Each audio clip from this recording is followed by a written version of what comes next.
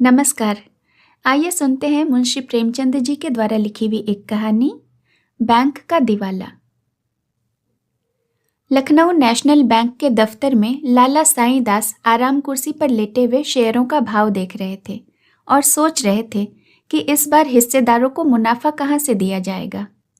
चाय, कोयला या जूट के हिस्से खरीदने, चांदी, सोने या रुई का सट्टा लगाने का इरादा करते, लेकिन नुकसान के भय से कुछ तय नहीं कर पाते थे। नाज के इस व्यापार में इस बार बड़ा घाटा रहा।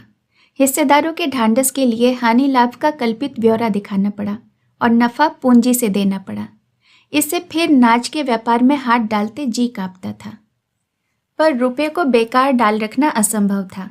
2-1 दिन में उसे कहीं न कहीं लगाने का उचित उपाय करना जरूरी था, क्योंकि डायरेक्टरों की तिमाही बैठक एक ही सप्ताह में होने वाली थी और यदि उस समय तक कोई निश्चय नहीं हुआ तो आगे 3 महीने तक फिर कुछ न हो सकेगा और छमाही मुनाफे के बंटवारे के समय फिर वही फर्जी कार्रवाई करनी पड़ेगी, जिसको बार बार सहन करना बैंक के लिए कठिन है। बहुत देर तक इस उलझन में पड़े रहने के बाद साईं दास ने घंटी बजाई। इस पर बगल के दूसरे कमरे से एक बंगाली बाबू ने सिर निकालकर झांका। साईं दास, ताज़ा स्टील कंपनी को एक पत्र लिख दीजिए कि अपना नया बैलेंस शीट भेज दें। बाबू, उन लोगों को रुपया का गरज नहीं, चिट्ठी का जवाब नहीं देता। साईं दास, अच्छा, नागपुर की स्वदेशी मिल को लिखिए। बाबू, उनका कारोबार अच्छा नहीं है, अभी उनके मजदूरों ने हड़ताल कर दिया था, 2 महीने तक मिल बंद रहा। साईं दास, अजी तो कहीं लिखो भी, तुम्हारी समझ में तो सारी दुनिया बेईमानों से भरी पड़ी है। बाबू, बाबा, लिखने को तो हम सभी जगह लिख दें, मगर खाली लिख देने से तो कोई लाभ नहीं होता। लाला साईं दास अपनी कुल प्रतिष्ठा और मर्यादा के कारण बैंक के मैनेजिंग डायरेक्टर हो गए थे, पर व्यावहारिक बातों से अपरिचित थे। यही बंगाली बाबू इनके सलाहकार थे और बंगाली बाबू को किसी कारखाने या कंपनी पर भरोसा नहीं था। इन्हीं के अविश्वास के कारण पिछले साल बैंक का रुपया संदूक से बाहर न निकल सका था और अब वही रंग फिर दिखाई देता है। साईं दास को इस कठिनाई से बचने का कोई उपाय न सूझता था, न इतनी हिम्मत थी कि अपने भरोसे किसी व्यापार में हाथ डाले। बेचैनी की दशा में उठकर कमरे में टहलने लगे कि दरबार ने आकर खबर दी, बरहल की महारानी की सवारी आई है। लाला साईं दास चौंक पड़े। बरहल की महारानी को लखनऊ आए 3-4 दिन हुए थे और हरेक के मुंह से उन्हीं की चर्चा सुनाई देती थी। कोई उनके पहनावे पर मुग्ध था, कोई सुंदरता पर, कोई उनकी स्वच्छंद वृत्ति पर। यहाँ तक कि उनकी दासियां और सिपाही आदि लोग भी चर्चा के पात्र बने हुए थे। रॉयल होटल के द्वार पर दर्शकों की भीड़ लगी रहती थी। कितने ही शौकीन बेफिक्रे लोग इत्र फरोश, बजाज या तंबाकूगर का वेश धरकर उनका दर्शन कर चुके थे। जिधर से महारानी की सवारी निकल जाती, दर्शकों के ठठ लग जाते थे। वाह वाह, क्या शान है! ऐसी इराकी जोड़ी लाट साहब के सिवाय किसी राजा रईस के यहाँ तो शायद ही निकले, और सजावट भी क्या खूब है। भाई, ऐसे गोरे आदमी तो यहाँ पर दिखाई तक नहीं देते। यहाँ के रईस मृगांक, चंद्रोदय और ईश्वर जाने क्या क्या खाक बल्ला खाते हैं, पर किसी के बदन पर तेज या प्रकाश का नामो निशान नहीं। ये लोग जाने क्या भोजन करते हैं, जाने किस कुएं का पानी पीते हैं। जिसे देखिए ताजा सेब बना हुआ है। यह सब जलवायु का प्रभाव है। बरहल उत्तर दिशा में नेपाल के समीप अंग्रेजी राज्य में एक रियासत थी।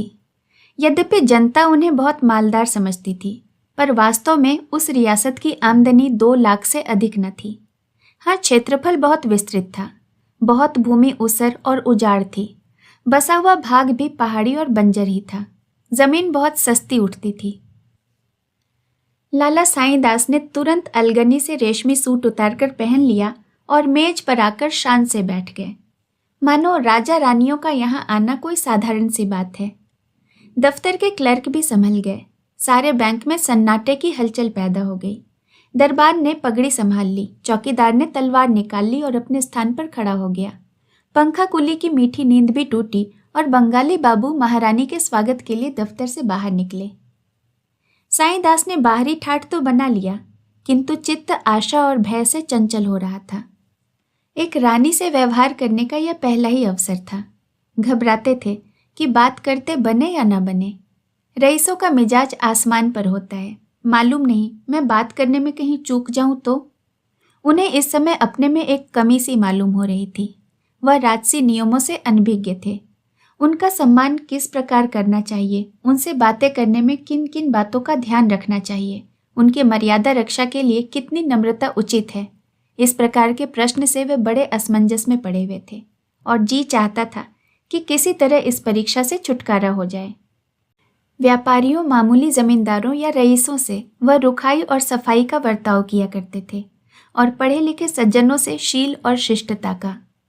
इन अवसरों पर उन्हें किसी विशेष विचार की आवश्यकता नहीं होती थी, पर इस समय बड़ी परेशानी हो रही थी, जैसे कोई लंकावासी तिब्बत में आ गया हो, जहाँ के रस्म रिवाज और बातचीत का उसे ज्ञान न हो। एकाएक उनकी दृष्टि घड़ी पर पड़ी। तीसरे पहर के 4 बज चुके थे, परंतु घड़ी अभी दोपहर की नींद में मग्न थी। तारीख की सुई ने दौड़ में समय को भी मात कर दिया था। वो जल्दी से उठे कि घड़ी को ठीक कर दे। इतने में महारानी का कमरे में पदार्पण हुआ। साईं ने घड़ी को छोड़ा और महारानी के निकट जाकर बगल में खड़े हो गए। निश्चय न कर सके कि हाथ मिलाए या झुककर सलाम करें। रानी ने स्वयं हाथ बढ़ाकर उन्हें इस उलझन से छुड़ाया। जब वे कुर्सियों पर बैठ गए तो रानी के प्राइवेट सेक्रेटरी ने व्यवहार की बातचीत शुरू की। बरहल की पुरानी गाथा सुनाने के बाद उसने उन उन्नतियों का वर्णन किया जो रानी साहब के प्रयत्न से हुई थी। इस समय नहरों की एक शाखा निकालने के लिए 10 लाख रुपयों की आवश्यकता थी, परंतु उन्होंने एक हिंदुस्तानी बैंक से ही व्यवहार करना अच्छा समझा। अब यह निर्णय नेशनल बैंकों के हाथ में था कि वह इस अवसर से लाभ उठाना चाहते हैं या नहीं। बंगाली बाबू: हम रुपया दे सकता है, मगर कागज पत्तर देखे बिना कुछ नहीं कर सकता। सेक्रेटरी: आप कोई जमानत चाहते हैं? साईंदास उदारता से बोले, महाशय, जमानत के लिए तो आपकी जबान ही काफी है। बंगाली बाबू: आपके पास रियासत का कोई हिसाब किताब है? लाला साईंदास को अपने हेड क्लर्क की दुनियादारी का बर्ताव अच्छा न लगता था। वह इस समय उदारता के नशे में चूर थे। महारानी की सूरत ही पक्की जमानत थी। उनके सामने कागज और हिसाब का वर्णन करना बनियापन जान पड़ता था, जिससे अंधविश्वास की गंध आती है। महिलाओं के सामने हम शील और संकोच के पुतले बन जाते हैं। साईंदास बंगाली बाबू की ओर क्रूर कठोर दृष्टि से देखकर बोले, कागजों की जांच कोई आवश्यक बात नहीं है, केवल हमको विश्वास होना चाहिए। बंगाली बाबू: डायरेक्टर लोग कभी ना मानेगा। साईंदास: हमको इसकी कोई परवाह नहीं, हम अपनी जिम्मेदारी पर रुपए दे सकते हैं। रानी ने साईंदास की ओर कृतज्ञतापूर्ण दृष्टि से देखा। उनके होठों पर हल्की सी मुस्कुराहट दिखाई पड़ी। परंतु डायरेक्टरों ने हिसाब किताब, आय व्यय देखना आवश्यक समझा और यह काम लाला साईंदास के सुपुर्द हुआ, क्योंकि और किसी को अपने काम से फुर्सत नहीं थी कि वो एक पूरे दफ्तर का मुआयना करता। साईंदास ने नियम का पालन किया। 3-4 दिनों तक हिसाब किताब जांचते रहे, तब अपने इम्तिहान के अनुकूल रिपोर्ट लिखी। मामला तय हो गया, दस्तावेज लिखा गया, रुपये दे दिए गए। 9 रुपये सैकड़े ब्याज ठहरा। 3 साल तक बैंक के कारोबार में अच्छी उन्नति हुई। 6ठे महीने बिना कहे सुने 45,000 रुपयों की एक थैली दफ्तर में आ जाती थी। व्यवहारियों को 5 रुपये सैकड़े ब्याज दे दिया जाता था और हिस्सेदारों को 7 रुपये सैकड़े लाभ था। साईंदास से सब लोग प्रसन्न थे। सब लोग उनकी सूझबूझ की प्रशंसा करते, यहाँ तक कि बंगाली बाबू भी धीरे धीरे उनके कायल होते जाते थे। साईंदास उनसे कहा करते, बाबूजी, विश्वास संसार से न लुप्त हुआ है और न ही होगा। सत्य पर विश्वास रखना प्रत्येक मनुष्य का धर्म है। जिस मनुष्य के चित्त से विश्वास जाता रहता है, उसे तो मृतक ही समझना चाहिए। उसे जान पड़ता है कि मैं चारों ओर से शत्रुओं से घिरा हुआ हूँ। बड़े से बड़े सिद्ध महात्मा भी उसे रंगे सियार जान पड़ते हैं। सच्चे से सच्चे देश प्रेमी भी उनकी दृष्टि में अपनी प्रशंसा के भूखे ही ठहरते हैं। संसार उसे धोखे और छल से परिपूर्ण दिखाई देता है, यहाँ तक कि उसके मन में परमात्मा की श्रद्धा और भक्ति भी लुप्त हो जाती है। एक प्रसिद्ध फिलॉसफर का कहना है कि प्रत्येक मनुष्य को जब तक कि उसके विरुद्ध कोई प्रत्यक्ष प्रमाण न पाओ, भला मानस ही समझो। वर्तमान शासन प्रथा इसी महत्वपूर्ण सिद्धांत पर गठित है और घृणा तो किसी से करनी ही नहीं चाहिए। हमारी आत्माएं पवित्र हैं, उनसे घृणा करना परमात्मा से घृणा करने के समान है। मैं यह नहीं कहता हूं कि संसार में छल कपट है ही नहीं और बहुत अधिकता से है, परंतु उसका निवारण अविश्वास से नहीं, मानव चरित्र के ज्ञान से होता है और यह ईश्वर दत्त गुण है। मैं यह दावा तो नहीं करता, परंतु मुझे विश्वास है कि मैं मनुष्यों को देखकर उसके आंतरिक भावों तक पहुंच सकता हूं और कोई कितना ही वेश बदले, रंग रूप संवारे, परंतु मेरी अंतर्दृष्टि को धोखा नहीं दे सकता। यह भी ध्यान रखना चाहिए कि विश्वास से ही विश्वास उत्पन्न होता है और अविश्वास से अविश्वास। यही प्रकृति का नियम है। जिस मनुष्य को आप शुरू से ही धूर्त, कपटी, दुर्जन समझेंगे, वो कभी आपसे निष्कपट व्यवहार नहीं करेगा। वो एकाएक आपको नीचा दिखाने का प्रयत्न करेगा। इसके विपरीत आप एक चोर पर भी भरोसा करें तो वो आपका दास हो जाएगा। सारे संसार को लूटे परंतु आपको धोखा न देगा। वो कितना ही कुकर्मी, अधर्मी क्यों न हो, पर आप उसके गले में विश्वास की जंजीर डालकर उसे जिस ओर चाहे ले जा सकते हैं, यहाँ तक कि वो आपके हाथों पुण्यात्मा भी बन सकता है। बंगाली बाबू के पास इन दार्शनिक तर्कों का कोई उत्तर न था। चौथे वर्ष की पहली तिथि थी। लाला साईंदास बैंक के दफ्तर में बैठकर डाकिये की राह देख रहे थे। आज बरहल से 45,000 रुपये आएंगे। अब कि इनका इरादा था कि कुछ सजावट के सामान और मोल ले लें। अब तक बैंक में टेलीफोन नहीं था, उसका भी तखमीना मंगा लिया गया था। आशा की आभा चेहरे पर झलक रही थी। बंगाली बाबू से हंस हंस कर कहते थे, इस तारीख को मेरे हाथों में अदबदा के खुजली होने लगती है। आज भी हथेली खुजा रही है। कभी दफ्तरी से कहते, अरे मियाँ शराफत, जरा सबून तो विचारो, सिर्फ सूद ही सूद आ रहा है या दफ्तर वालों के लिए नजराना शुक्राना भी। आशा का प्रभाव कदाचित स्थान पर भी होता है। बैंक भी आज खुला हुआ दिखाई पड़ता था। डाकिया ठीक समय पर आ गया। साईंदास ने लापरवाही से उसकी ओर देखा। उसने अपनी थैली से कई रजिस्ट्री लिफाफे निकाले। साईंदास ने लिफाफे को उड़ती हुई निगाहों से देखा। बरहल का कोई लिफाफा नहीं था, न बीमा, न मोहर, न वह लिखावट।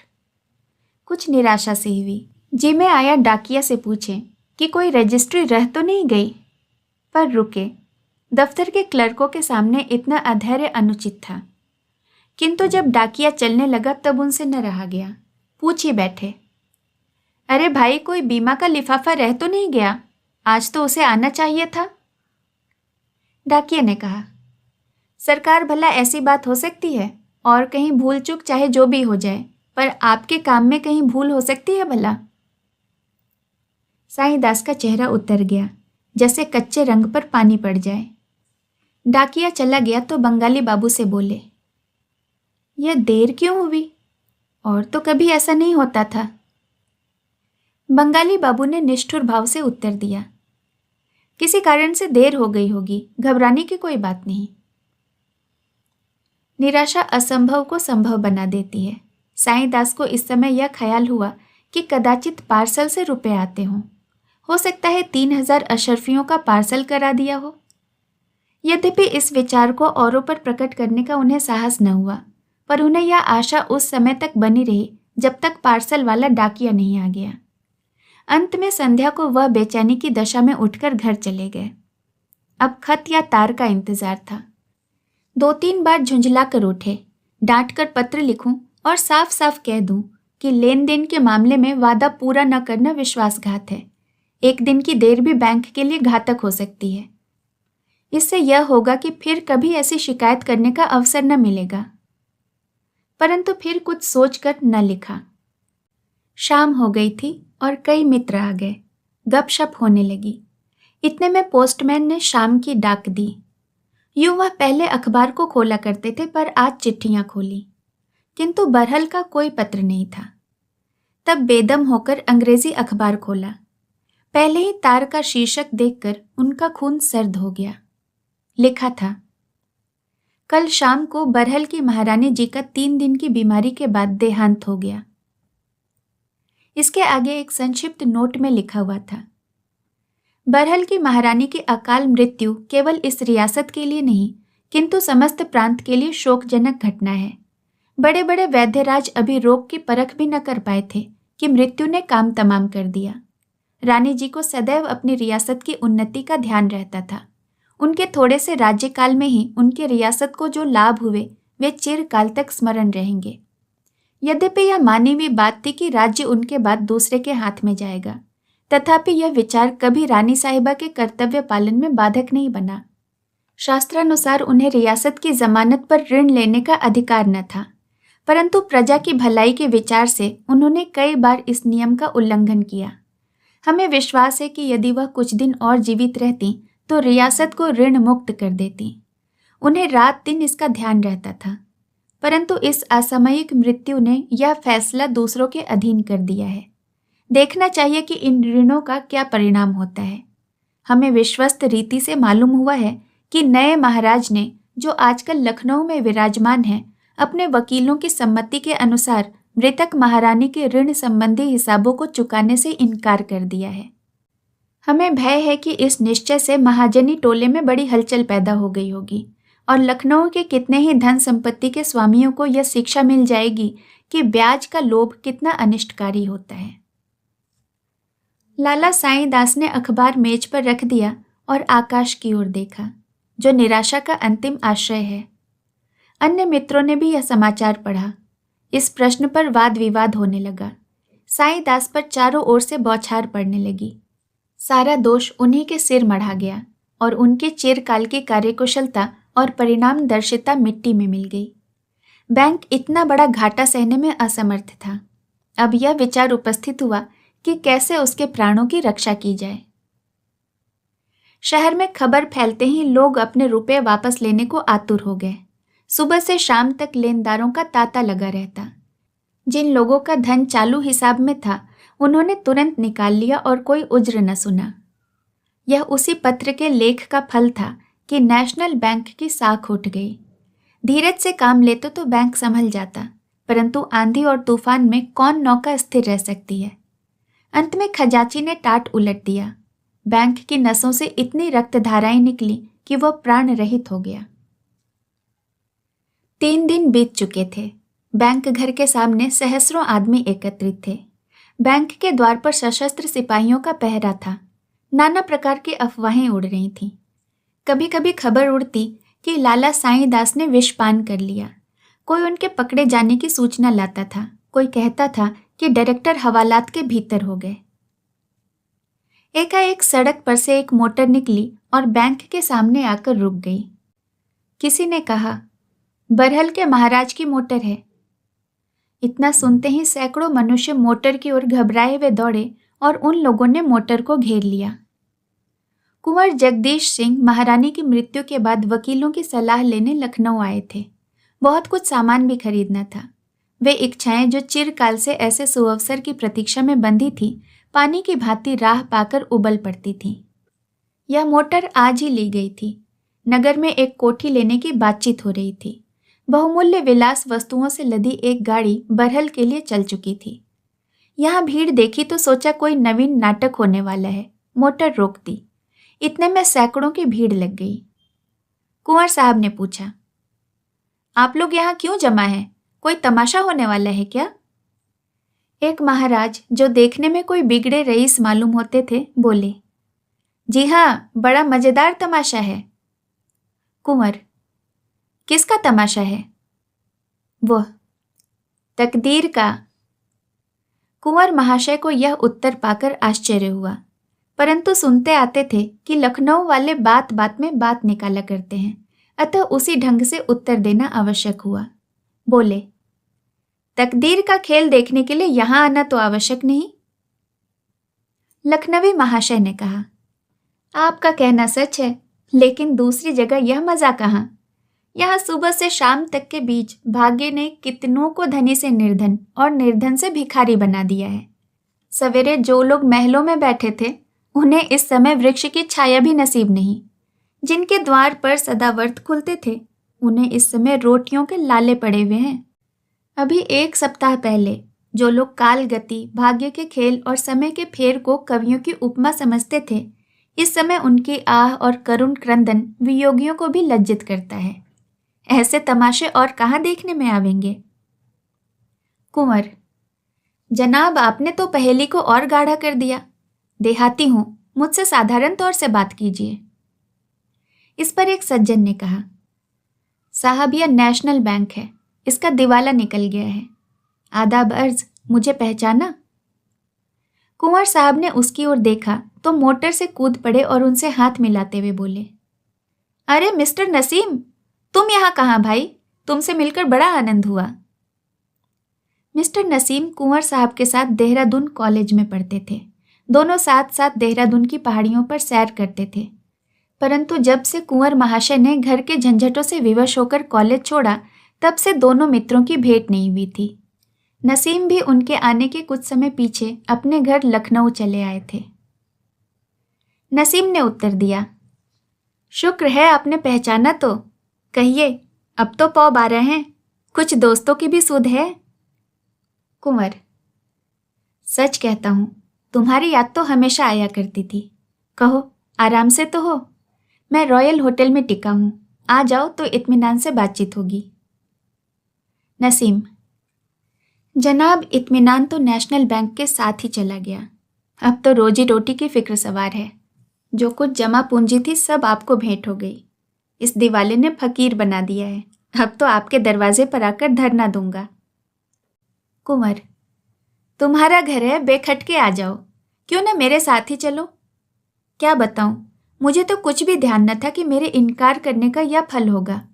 जान पड़ता है बैंक ने बहुतेरों को तबाह कर दिया। नसीम, घर घर में मातम छाया हुआ है। मेरे पास तो इन कपड़ों के सिवाय और कुछ नहीं रहा।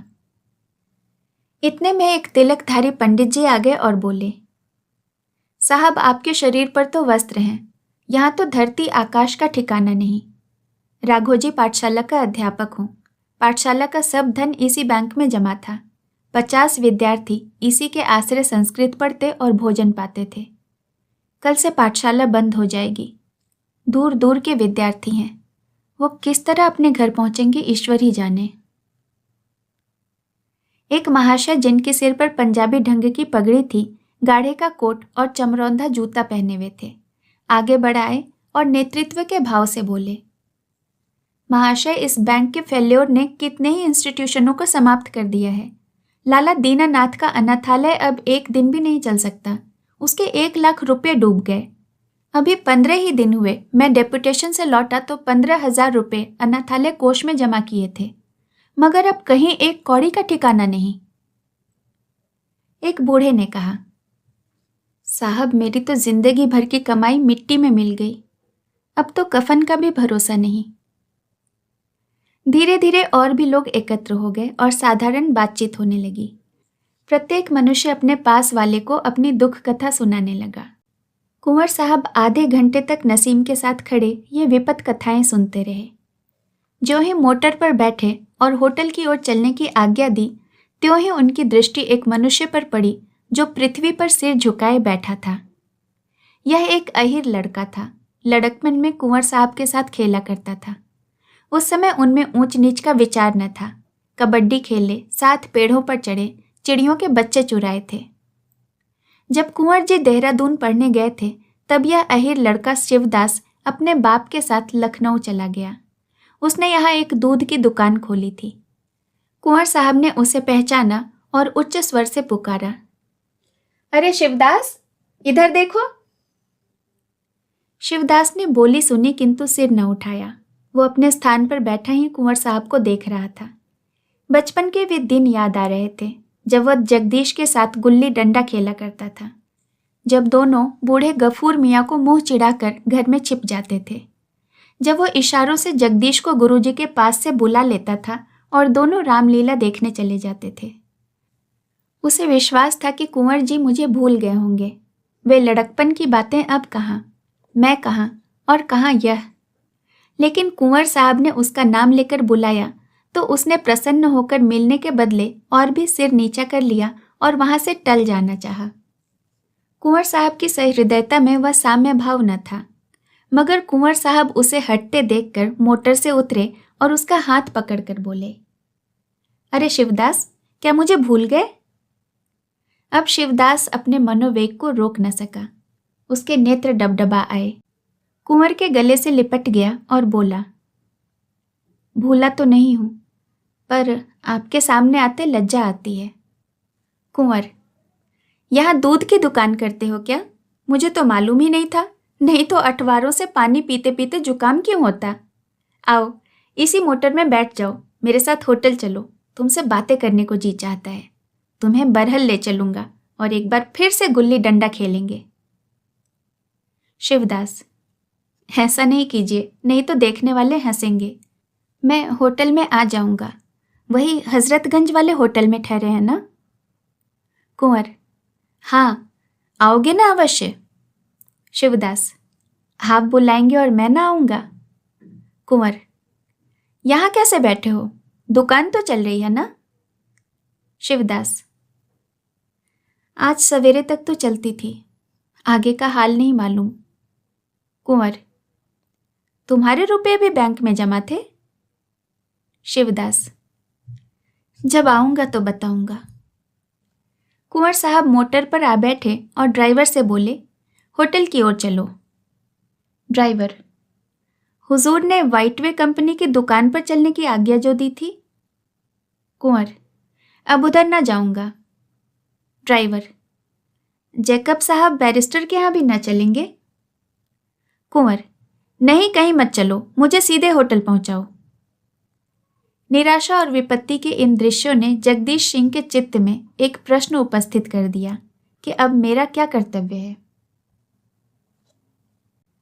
आज से 7 वर्ष पूर्व जब बरहल के महाराज ठीक युवावस्था में घोड़े से गिरकर मर गए थे और विरासत का प्रश्न उठा, तो महाराज के कोई संतान न होने के कारण वंशक्रम मिलाने से उनके चचेरे भाई ठाकुर राम सिंह को विरासत का हक पहुंचता था। उन्होंने दावा किया, लेकिन न्यायालयों ने रानी को ही हकदार ठहराया। ठाकुर साहब ने अपीलें की, प्रीवी काउंसिल तक गए, परंतु सफलता नहीं मिली। मुकदमेबाजी में लाखों रुपए नष्ट हुए, अपने पास की मिल्कियत भी हाथ से जाती रही, किंतु हार कर भी वह चैन से नहीं बैठे। सदैव विधवा रानी को छेड़ते रहे, कभी आसामियों को भड़काते, कभी आसामियों से रानी की बुराई करते, कभी उन्हें जाली मुकदमे में फंसाने का उपाय करते। परंतु रानी बड़े जीवट की स्त्री थी, वह भी ठाकुर साहब के प्रत्येक आघात का मुंह तोड़ उत्तर देती। हाँ, इस खींचातान में उन्हें बड़ी बड़ी रकमें अवश्य खर्च करनी पड़ती। आसामियों से रुपये न वसूल होते, इसीलिए उन्हें बार बार ऋण लेना पड़ता। परंतु कानून के अनुसार उन्हें ऋण लेने का अधिकार न था, इसीलिए उन्हें या तो इस व्यवस्था को छिपाना पड़ता या सूद की गहरी दर स्वीकार करनी पड़ती थी। कुंवर जगदीश सिंह का लड़कपन तो लाड़ प्यार में बीता था, परंतु जब ठाकुर राम सिंह मुकदमेबाजी से बहुत तंग आ गए और यह संदेह होने लगा कि कहीं रानी की चालों से कुंवर साहब का जीवन संकट में न पड़ जाए, तो उन्होंने विवश होकर कुंवर साहब को देहरादून भेज दिया। कुंवर साहब वहां 2 वर्षों तक तो आनंद से रहे, किंतु ज्यों ही कॉलेज की प्रथम श्रेणी में पहुंचे, पिता परलोकवासी हो गए। कुंवर साहब को पढ़ाई छोड़नी पड़ी, बरहल चले आए। सिर पर कुटुंब पालन और रानी से पुरानी शत्रुता को निभाने का बोझ आ पड़ा। उस समय से महारानी के मृत्यु काल तक उनकी दशा बहुत गिरी रही। ऋण या स्त्रियों के गहनों के सिवाय उनका और कोई आधार न था। उस पर कुल मर्यादा की रक्षा की चिंता भी थी। ये 3 वर्ष तक उनके लिए कठिन परीक्षा के समय थे। आए दिन साहूकारों से काम पड़ता, उनके निर्दय वाणों से कलेजा छिद जाता, हाकिमों के कठोर व्यवहार और अत्याचार भी सहने पड़ते। परंतु सबसे हृदय विदारक अपने आत्मीय जनों का वर्ताव था, जो सामने बात न कर बगली चोटे करते, मित्रता और ऐक्य की आड़ में कपट हाथ चलते थे। इन कठोर यातनाओं ने कुंवर साहब को अधिकार, स्वेच्छाचार और धन संपत्ति का जानी दुश्मन बना दिया था। वे बड़े भावुक पुरुष थे। संबंधियों की अकृपा और देश बंधुओं की दुर्नीति उनके हृदय पर काला चिन्ह बन जाती थी। साहित्य प्रेम ने उन्हें मानव प्रकृति का तत्वान्वेषी बना दिया था, और जहाँ यह ज्ञान उन्हें प्रतिदिन सभ्यता से दूर लिए जाता था, वहाँ उनके चित्त में जनसत्ता और साम्यवाद के विचार पुष्ट करता जाता था। उन पर प्रकट हो गया था कि यदि सद्व्यवहार जीवित है तो वो झोपड़ों और गरीबों में ही है। उन कठिन समय में जब चारों ओर अंधेरा छाया हुआ था, उन्हें कभी कभी सच्ची सहानुभूति का प्रकाश यही दृष्टिगोचर होता था। धन संपत्ति को वह श्रेष्ठ प्रसाद नहीं, ईश्वर का प्रकोप समझते थे, जो मनुष्य के हृदय में दया और प्रेम के भावों को मिटा देता है। यह वह मेघ है जो चित्त के प्रकाशित तारों पर छा जाता है। परंतु महारानी की मृत्यु के बाद जो ही धन संपत्ति ने उन पर वार किया, बस दार्शनिक तर्कों की यह ढाल चूर चूर हो गई। आत्मनिर्देशन की शक्ति नष्ट हो गई। वे मित्र बन गए जो शत्रु सरीखे थे, जो सच्चे हितैषी थे वे विस्मृत हो गए। साम्यवाद के मनोगत विचारों में घोर परिवर्तन आरंभ हो गया। हृदय में असहिष्णुता का उद्भव हुआ। त्याग ने भोग की ओर सिर झुका दिया। मर्यादा की वेदी गले में पड़ी। वे अधिकारी जिन्हें देखकर उनके तेवर बदल जाते थे, अब उनके सलाहकार बन गए। दीनता और दरिद्रता को, जिनसे उन्हें सच्ची सहानुभूति थी, देखकर अब वह आंखें मूंद लेते थे। इसमें संदेह नहीं कि कुंवर साहब अब भी साम्यवाद के भक्त थे, किंतु उन विचारों को प्रकट करने में वह पहले जैसी स्वतंत्रता नहीं थी। विचार अब व्यवहार से डरता था। उन्हें कथन को कार्य रूप में परिणित करने का अवसर प्राप्त था, पर अब कार्यक्षेत्र कठिनाइयों से घिरा हुआ जान पड़ता था। बेगार के वह जानी दुश्मन थे, परंतु अब बेगार को बंद करना दुष्कर प्रतीत होता था। स्वच्छता और स्वास्थ्य रक्षा के वह भक्त थे, किंतु अब धन व्यय न करके भी उन्हें ग्रामवासियों की ही ओर से विरोध की शंका होती थी।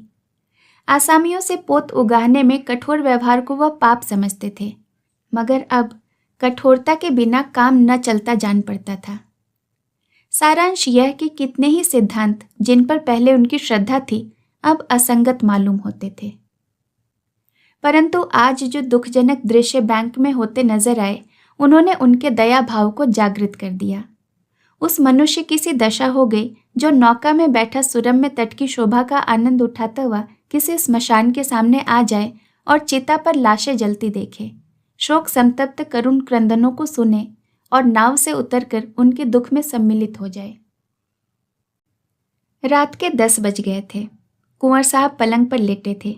बैंक के हाथे का दृश्य आंखों के सामने नाच रहा था। वही विलाप ध्वनि कानों में आ रही थी। चित्त में प्रश्न हो रहा था, क्या इस विडंबना का कारण मैं ही हूं? मैंने तो वही किया जिसका मुझे कानूनन अधिकार था। यह तो बैंक के संचालकों की भूल है, जो उन्होंने बिना पूरी जमानत के इतनी बड़ी रकम कर्ज दे दी। लेनदारों को उन्हीं की गर्दन नापनी चाहिए।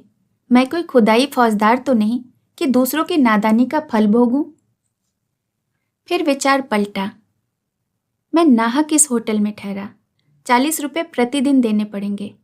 कोई 400 रुपये की मत्थे जाएगी। इतना सामान भी व्यर्थ ही लिया। इसकी क्या आवश्यकता थी? मखमली गद्दे की कुर्सियों या शीशे की सजावट से मेरा गौरव नहीं बढ़ सकता। कोई साधारण मकान 5 रुपये पर ले लेता तो क्या काम नहीं चलता? मैं और सब के सब आदमी आराम से रहते। यही होता ना कि लोग निंदा करते। इसकी क्या चिंता?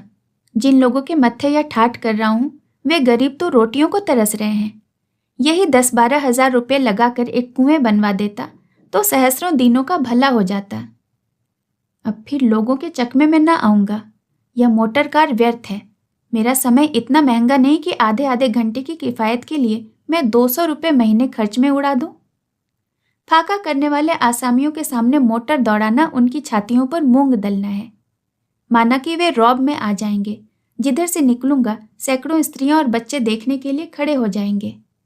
मगर केवल इतने ही दिखावे के लिए इतना बड़ा खर्च करना, यह तो सरासर मूर्खता है। यदि दूसरे रईस ऐसा करते हैं तो करें, मैं उनकी बराबरी क्यों करूं? अब तक तो 2000 रुपये सालाना में मेरा निर्वाह हो जाता था। अब 2 के बदले 4000 बहुत हैं। फिर मुझे दूसरों की कमाई इस प्रकार उड़ाने का अधिकार ही क्या है? मैं कोई उद्योग धंधा, कोई कारोबार नहीं करता जिसका यह नफा हो। यदि मेरे पुरखों ने हठधर्मी जबरदस्ती से इलाका अपने हाथों में कर लिया, तो मुझे उनके लूट के धन में शरीक होने का क्या अधिकार है? जो लोग परिश्रम करते हैं उन्हें अपने परिश्रम का पूरा फल मिलना ही चाहिए। राज्य केवल उन्हें दूसरों के कठोर हाथों से बचाता है। उसे इस सेवा का उचित मुआवजा मिलना ही चाहिए। बस मैं तो राज्य की ओर से यह मुआवजा वसूल करने के लिए नियत हूँ। इसके सिवाय इन गरीबों की कमाई में मेरा और कोई भाग नहीं। बेचारे दीन हैं, मूर्ख हैं, बेजुबान हैं। इस समय हम चाहे इन्हें जितना भी सता लें, इन्हें अपने स्वत्व का ज्ञान नहीं। मैं अपने महत्व को नहीं समझता, पर एक समय ऐसा अवश्य आएगा जब इनके मुंह में भी जुबान होगी, इन्हें भी अपने अधिकारों का ज्ञान होगा। तब हमारी दशा बुरी होगी। ये भोग विलास मुझे अपने आदमियों से दूर किए देते हैं। मेरी भलाई इसी में है कि मैं इन्हीं में रहूं, इन्हीं की भांति जीवन निर्वाह और इन्हीं की सहायता करूं। कोई छोटी मोटी रकम होती तो कहता लाओ, जिस तरह सिर पर बहुत भार है उसी तरह एक यह भी सही। मूल के अलावे कई हजार रुपए सूद के अलग हुए। फिर महाजनों के भी 3 लाख रुपए हैं। रियासत की आमदनी 1.5-2 लाख रुपए सालाना है, अधिक नहीं। मैं इतना बड़ा साहस करूं भी तो किस बिरते पर? हाँ, यदि बैरागी हो जाऊं तो यह संभव है। मेरे जीवन में यदि कहीं अचानक मृत्यु न हो जाए तो यह झगड़ा पाक हो जाए। इस अग्नि में कूदना, अपने संपूर्ण जीवन, अपनी संपूर्ण उमंगों और आशाओं को भस्म करना है। आह, इन दिनों की प्रतीक्षा में मैंने क्या क्या कष्ट नहीं भोगे। पिताजी ने इस चिंता में प्राण त्याग दिया। यह शुभ मुहूर्त हमारी अंधेरी रात के लिए दूर का दीपक था। हम इसी के आश्रय जीवित थे। सोते जागते सदैव इसी की चर्चा रहती थी। इससे चित्त को कितना संतोष, कितना अभिमान था। भूखे रहने के दिन भी हमारे तेवर मैले न होते थे। जब इतने धैर्य और संतोष के बाद अच्छे दिन आए तो उससे कैसे विमुख हुआ जाए। फिर अपनी ही चिंता तो नहीं, रियासत की उन्नति की कितनी स्कीमें सोच रहा हूँ। क्या अपनी चिंताओं के साथ उन विचारों को भी त्याग दूं? इस अभागी रानी ने तो मुझे बुरी तरह फंसाया। जब तक जीती रही कभी चैन से न बैठने दिया। मरी तो मेरे सिर पर यह बला डाल दी। परंतु मैं दरिद्रता से इतना डरता क्यों हूं? दरिद्रता कोई पाप तो नहीं। यदि मेरा त्याग हजारों घरानाओं के कष्ट को, दुर्व्यवस्था से बचाए तो उससे मुझे मुंह नहीं मोड़ना चाहिए। केवल सुख से जीवन व्यतीत करना ही हमारा ध्येय नहीं है। हमारी मान, प्रतिष्ठा और कीर्ति सुख भोग से ही तो नहीं हुआ करती। राज मंदिरों में रहने वाले और विलास में रत राणा प्रताप को कौन जानता था? ये उनका आत्मसमर्पण और कठिन व्रत पालन ही है जिसने उन्हें हमारी जाति का सूर्य बना दिया।